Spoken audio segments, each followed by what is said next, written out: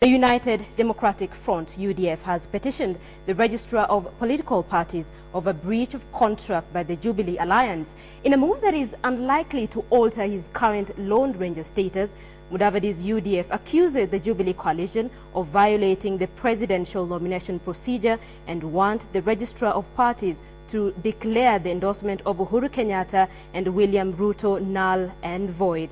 And as Sam Ogina now reports, the UDF stance has provoked anger in the Jubilee Alliance. The Jubilee Alliance is still entangled in an intricate web of power play against its former ally, UDF. Tatupatia kibali tufanye kazi pamoja.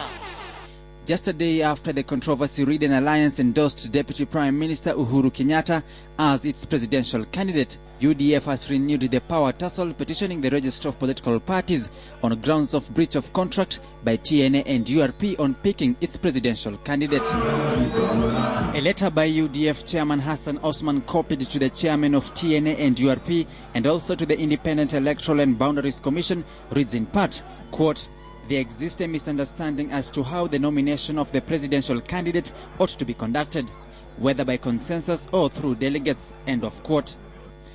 UDF party leader Musalia Mudavadi rejected the nomination contest to pick the alliance flag bearer, prompting a collapse of the UDF Jubilee Alliance.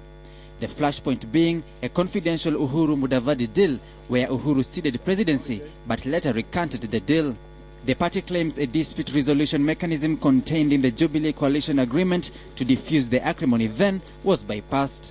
That in the spirit of ensuring that we do not detract at this critical time, we should be able to disengage. Have agreed by mutual consent to disengage and allow UDF to campaign. But to muddy the political waters Mudavadi is wading through is a petition by his party officials dated 4th December. UDF National Executive Committee members wrote to the Register of Political Parties asking for the nullification of the UDF-TNA-URP Pact.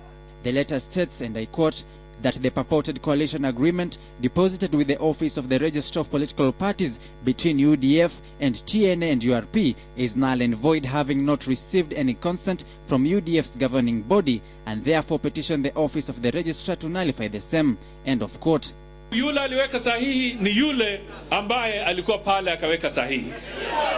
Sasa kama yeye anaruka ni yeye akiruka, lakini Wakenya wamtazame ili wakati wa kupiga kura wahakikishe kwamba wanapiga kura watu wasiwe wakigeuka wananchi ambao wanawachagua.